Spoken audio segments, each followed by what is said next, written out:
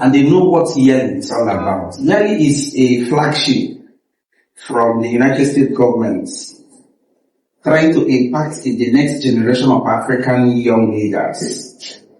Especially when people say between ages of this and this, we always know about the ages of 18, 35 and the rest. But the fact is that we need the impact. And all of the many programs we usually hosted, apart from our face-to-face meetup like this, we always believe in trying to talk about the Nelson Mandela Day. Nelson Mandela Day. It usually comes up in July, I think 19th July or thereabouts. And we usually use that day to do measure impacts. I remember one of the times we had to go to Onitsha to attend to a woman who had about 5 kids. In fact, the last kid was deaf and dumb, and she was living in a not thatch house, like one slum, right there somewhere in Onitsha. You have to go there, repainted the house, give them food and the rest. So those impacts and many other, there was the second time we had the Nelson Mandela Day in 2020. We had to go to Cockfield in Onitsha, New Better Park. There was a dump. A refuse dump there. We had to play it. You know, we've been doing a lot of that. Plus, we never failed to host one virtual program of face-to-face talk like this. Yearly has several other programs under them, but majorly I try to list out about 3. We usually have the Mandela Washington Fellowship, where some persons selected from Nigeria and other countries in Africa are now sent to an all-expense paid training or educational program in the US. So some of us were took part in that opportunity. So they stay there for about 6 weeks and then come back. They will attach you depending on the track you are going for. Whether you are going for business and entrepreneurship, or you are going for civic leadership, or the last one, civic leadership, business and entrepreneurship, which other one? Advocacy, yes. We remember those times. So they will always sponsor people to come there abroad, come to the US. For a training, they will attach it to a university, and then some other selected person, about half of the total number that goes there, they would also expose you to practical hands-on learning. For an additional 6 weeks, attaching for an internship program. After that, your life will not remain the same.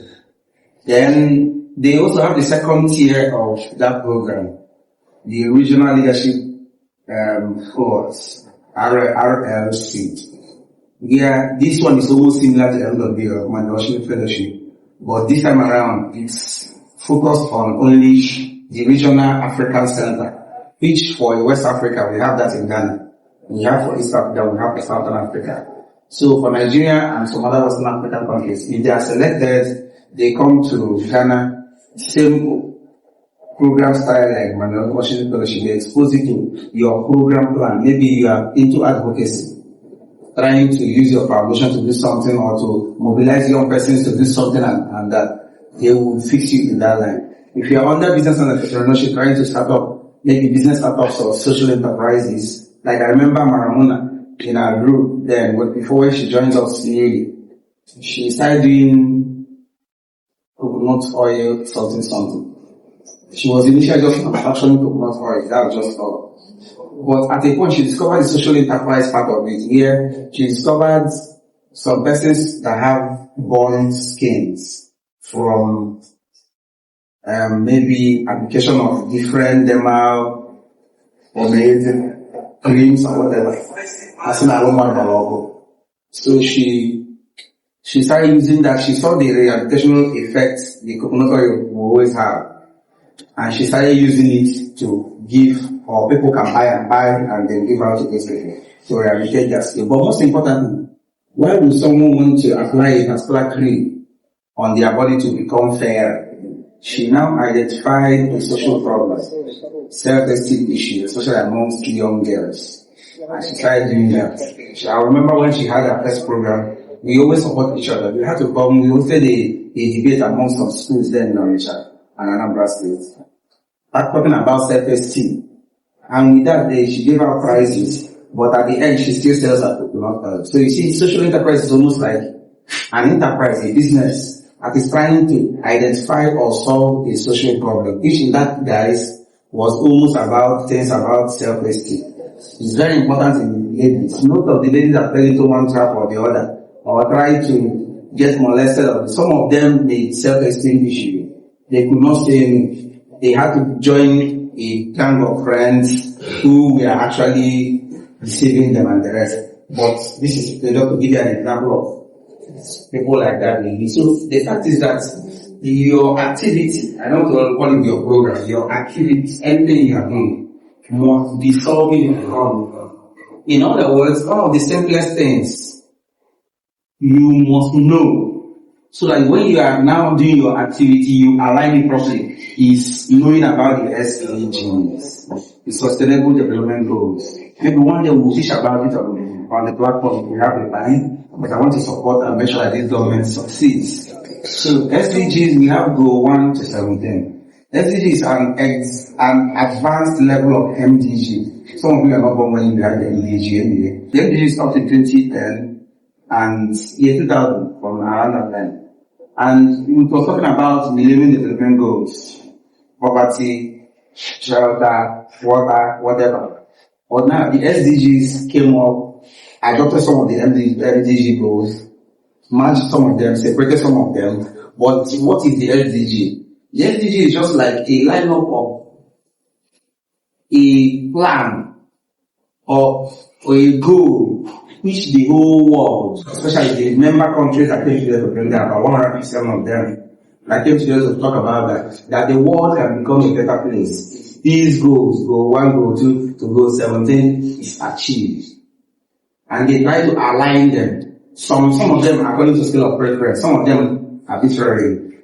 Like goal 1, zero hunger. We talk about, from there, we talk about many other ones to health, to talk about inequality, to talking about poverty and the rest, to talking about safe cities, talking about green environment, talking about promoting green environment, discouraging deforestation, talking about partnership for growth, 17 and the rest. So when you do any activity, you must have that. When I was doing my NYSC, it's been a long time. I did my NYSC 2009 to 2010.